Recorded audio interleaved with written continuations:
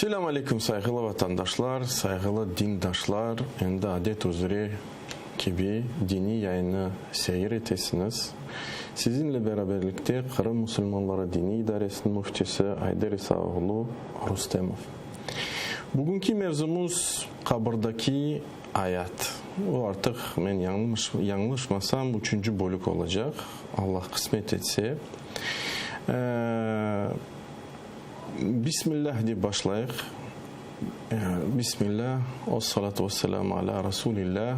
Rabbi şrahli sadri ve yessirli emri ve ahlul uqdeten min lisani yefkahu kavli. Geliniz beraberlikte böyle tez hatırlayık. Ne hakkında biz geçen seferler laf ettik. Biz ayttık ki kabırdaki azap demek ki çekişme, yani naказание. Hem kafirlerge nail olacak hem de münafıklerge. Ama şunu da kaydettim. Kabırdaki azap çekecekler, müminler de çekecekler. Bu hakkında nice ulemalar, İslam ulemaları ayttılar. Mesela Kurtubi bu hakkında ayttı. Ve kabirde insan mümin bile olsa, Müslim bile olsa ölgende o günahına göre o azabını çekecek. Onun için ulemalar aytalar ki kabirdeki azabının iki sebebi var. Umumi aytalar, umumi yani her bir günah çalışkan yapılgan günah bu dünyada muhakkak ki onun tesiri olacak. Ve o günah için, o isyan için, Allah'a yapılan isyan için anda kabirde işte insan çekişecek. Şimdi ikinci de sebepler var ve hususi sebepler. Ben yanlışmasam ki de hususi sebeplerin hakkında da biz laf yürüttik. Biz ayttık ki insan istinca yapmasa, yani kenefke affedersiniz barkanda o sidiknen yani korçalamasa uzun sidiknen yani turup o acetlerini yerine getirse bilemiz ki bu mekruh dinimizde o doğru değil. Çünkü insan turmuş şekilde o acetlerini yerine getirse sidik öyle diyebilir ya da bedenine ya da elbisine ve ahire. Ve istinca meselesi yani o ihtiyaçlarını yerine getirgen son suyla istinca yapmak gerek. Su olmasa bile işte mindille ya da brşinle zaruriyet gibi ama en doğrusu elbette ki sunu kullanmak. Ve ayttık ki bu hususi sebeplerin arasında da yalan yürsetmek ya da başka hadiste geçken ganimetini karşılayan insanlar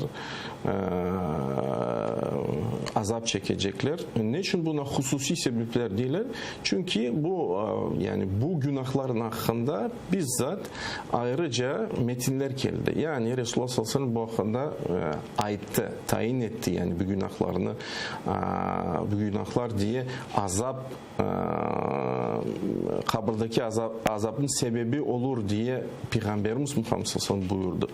Ve geliniz beraberlikte alayık daha buradan meraklı bir hadis. Bakınız Bukhari'de geçken bir hadis.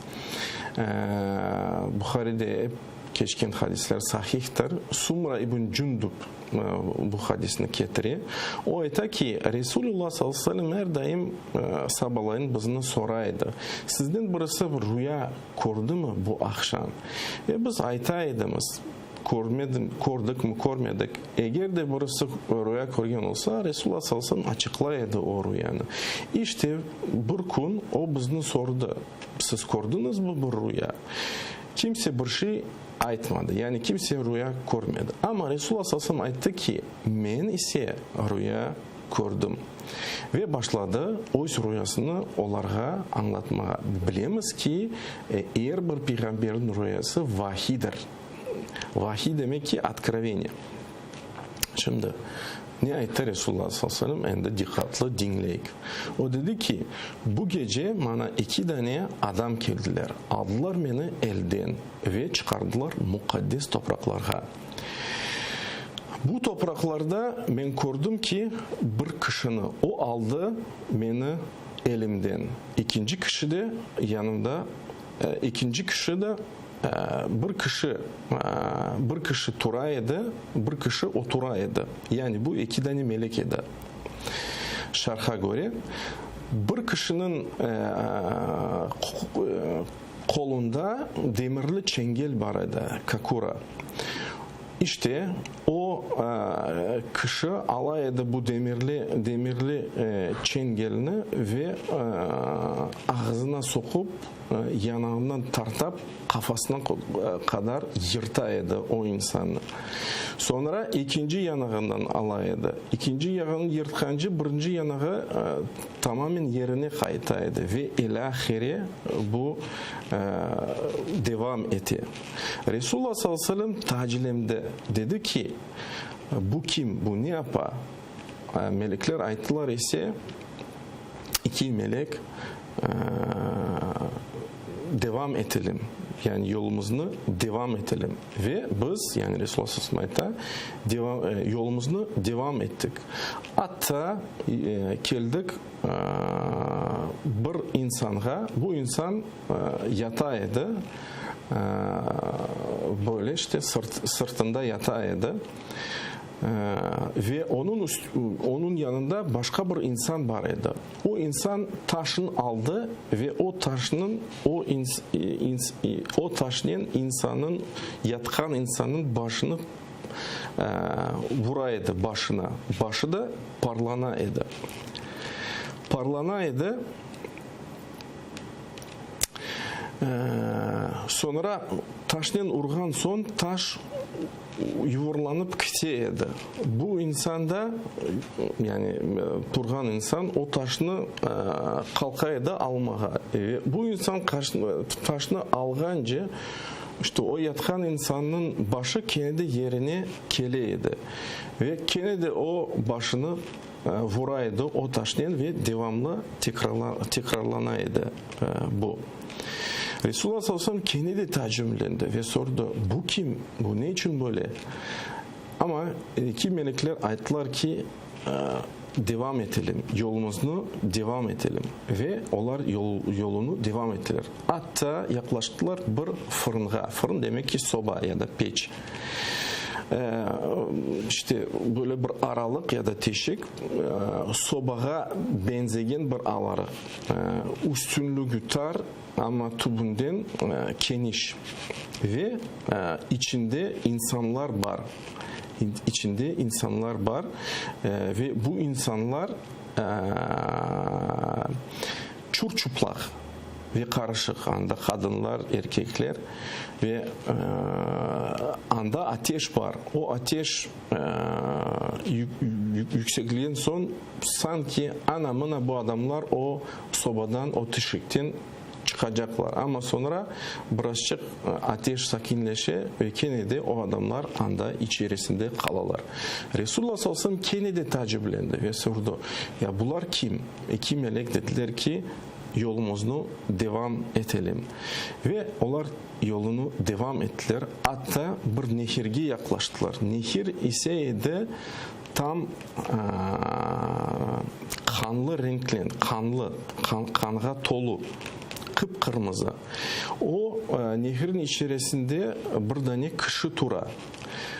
Onun karşısında da başka kişi. Bir kişi ala bir taş ata, o ikinci kişinin ağzına tam o taş kire.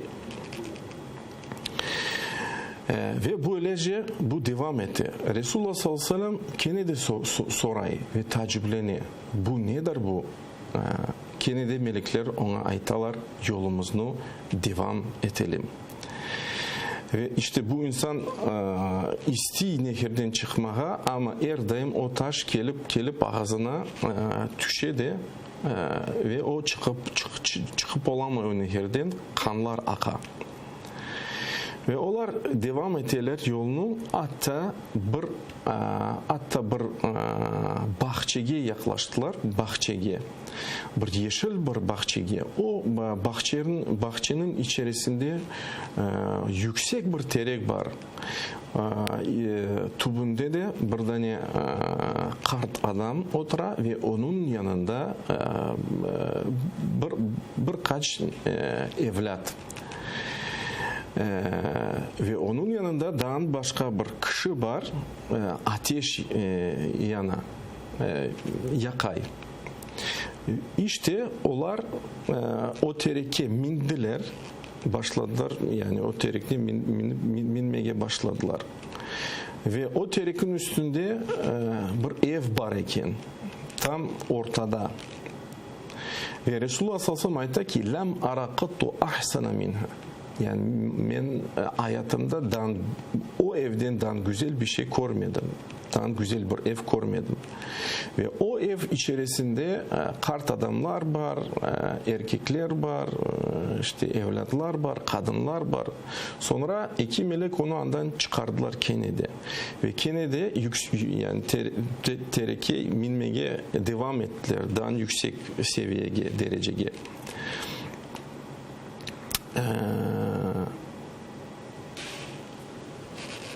Ve Kene'de kırdılar dan bir evge, dan bir güzel bir evge.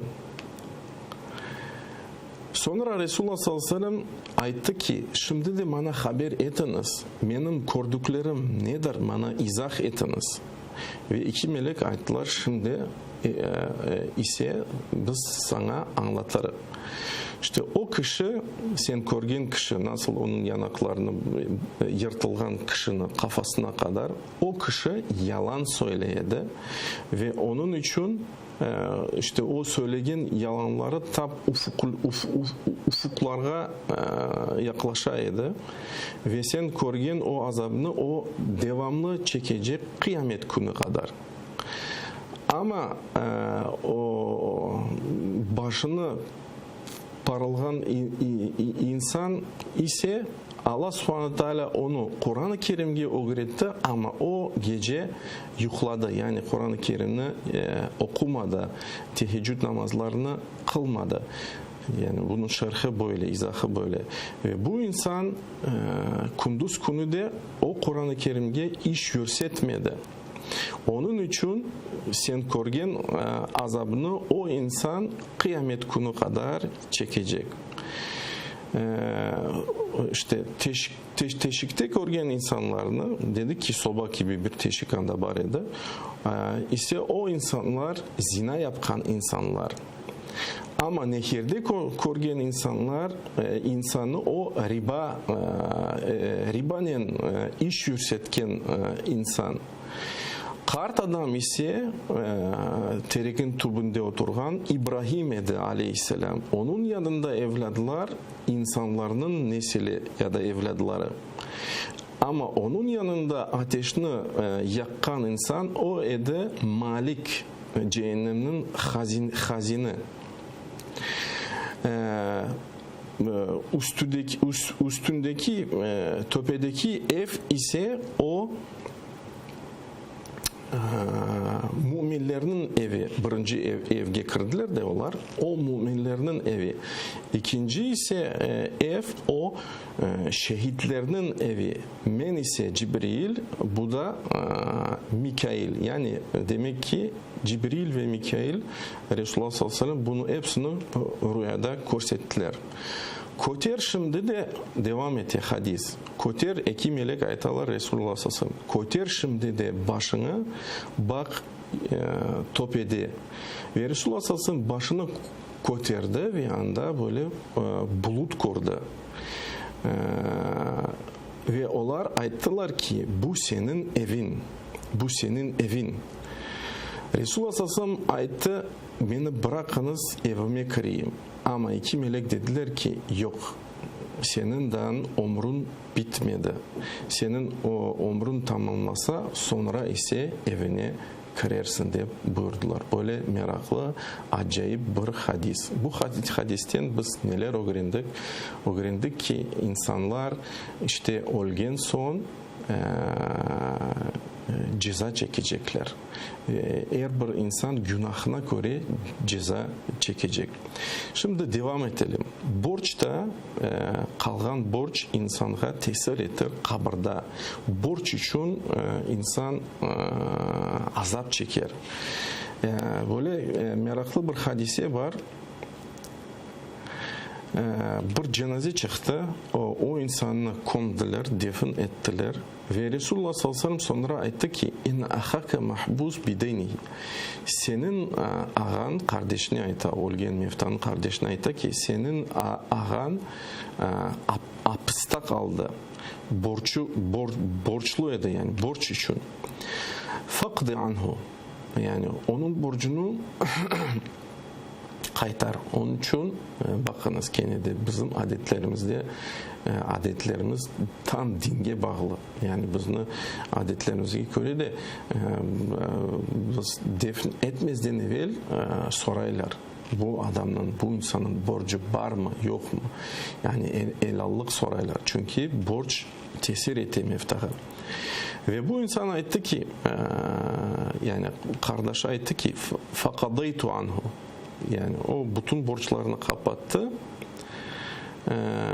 ve ayıttı ki ya Resulallah, ey Resulallah, ben bütün borçlarını kapattım, istisna bir kadın geldi 2 dinar benden soray ama onun ispatı yok, yani hüccet yoktur. Ama Resulullah sallallahu aleyhi ve sellem ayıttı ki a'tiha fe inneha sadıka, ona ver çünkü o sadıktır. Yani Allah subhanahu teala ona bu bilgini verdi demek ki. Başka bir sebep kabirdeki insana çekiştirilgen şeylerden ne olabilir? Bu ağlama. Eğer de meftan için birisi ağlasa biliniz ki saygılı vatandaşlar o meftaha tesir etti. Gene de onun için bizim adetlerimizge, urf adetlerimizge göre kadınlar mezarga meftanı defnetkende barmaylar.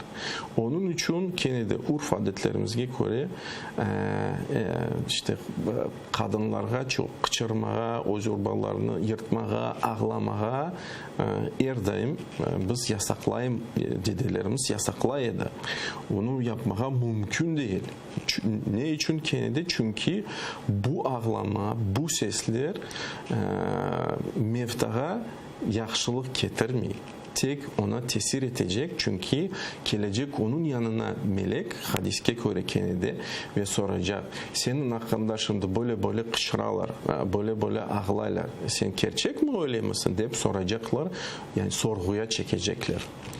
Ve başka hadiste Resulullah sallallahu aleyhi ve sellem ayıttı ki hatta maniha aleyhi yuaddabu bimaniha aleyhi. Eğer de bir insan için, mefta için insanlar ağlasalar o ağlama sebebinden azap çekecek diye Resulullah sallallahu aleyhi ve sellem buyurdu. Bu hadis Müslim kitabında geçiyor, yani sahihtir. Devam edelim. Şimdi işte biz açıkladık sebepler ne olabilir azap çekmesi için. Şimdi başka taraftan her daim yaxşı ameller insanı bu azaplardan koruyacak. Bunların arasında elbette ki namaz, oraza, zekat, hayır işler. Hadiste öyle geçiyor ki Abu Hureyre'den gelgen hadis Resulullah sallallahu aleyhi ve sellem ayıttı ki yemin etem, Allah'ın isminin yemin etem muhakkak ki insanı defn ettikten sonra o mefta kütken insanların yürüyüşünü işitecek. Ve eğer de o mümin olsa namazı gelecek baş tarafından, zekatı sağ tarafından, orazı sol tarafından, başka hayır işleri ve ihsan, yani yaxşılık insanlara yapkan şeylerinin ayağın tübünden gelecekler. Ve gelecekler, kim gelecek şimdi belirtir mi bu hadiste? Fayuta, yani bunda muamma, ama biz anlayacak mıyız? kim olganları sonra. Gelecekler onun başın tarafında ama namaz manya olacak. Namaz aytacak ki bundan siz kırıp olamayacaksın. Sonra gelecekler onun sağ tarafından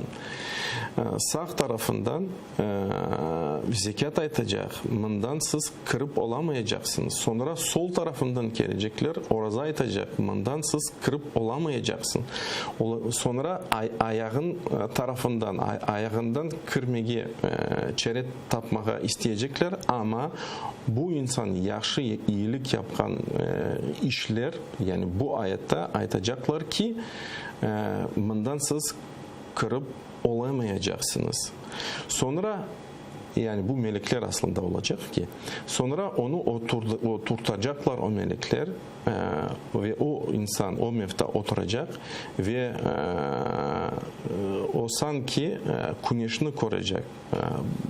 Anamına batkan güneşini koruyacak ve ona aytılacak ki sen bu insanın hakkında ne ayttın ki yani Muhammed Resulullah hakkında ne ettin ki? Ve o aytacak ki eşhedü ennehu Resulullah. Ben şehadetname getireyim ki o Resul Allah edi. Allah'ın Resulü edi. O bizge hidayetini anlattı. Rabbinden indirilgen hidayetini anlattı. Doğru yolunu anlattı ve biz tasdik ettik ve ona tabi olduk. Ve ona o melekler atacaklar ki sen sadık oldun. Ve ala hâzâ hayyit yani böyle de yaşadın ve ala hâzâ mit böyle de oldun ve aleyhi tub'asu inşallah ve böyle bir şekilde de yani bu sözlerden inşallah kene de tır olacaksın yani kıyamet günü. Fayufsahu lehu fi kabri madde basari ve onun kabri kene iş yapılacak ne kadar nazarı bakışı korgeni kadar, gözleri ne kadar kore, o kadar korulecek. Yani bu hadiste bizge ne anlatıla ki Kenne'de bizni ilgilendirgen nokta işte saygılı vatandaşlar. Bu yaxşı ameller her daim insanı korçuyor olacak. Biliniz ki ve insan o yani olgen anından defn etilgen anından artık azabını çekecek ve bu azabul kabr dinimizge geçken mevzu bu azabından korçalaması için onun sebebi ne olabilir? Fi'lul hayrat yani yaxşı ameller namazları, orazaları, iyiliği yapan ihsanları insanlara. Onun için kendini unutmayalım bu dünyada yaxşı amelden çokça yapalım, bizni saklasın gelecek işte imtihanlarda, sınavlarda. Ne yazık ki yayınımız yekünlenmek üzere inşallah gelecek sefer işte gayb hakkında, gayb mevzuların hakkında devam edeceğimiz anlatmaya çünkü bu mühim meseleler ve ben aytkan gibi yani bu meselelerini biz olgan sahih metinlerden alamız. Kur'an-ı Kerim'den ve Resulullah sallallahu aleyhi ve sellem söylediklerden yani sahih hadislerden Bukhari olsun, Müslim olsun ve ilahiri. Subhaneke Allahumma bihamdik la ilahe illa ent estağfiruke Allahumma ve netubu ileyk. İleride inşallah görüşelim.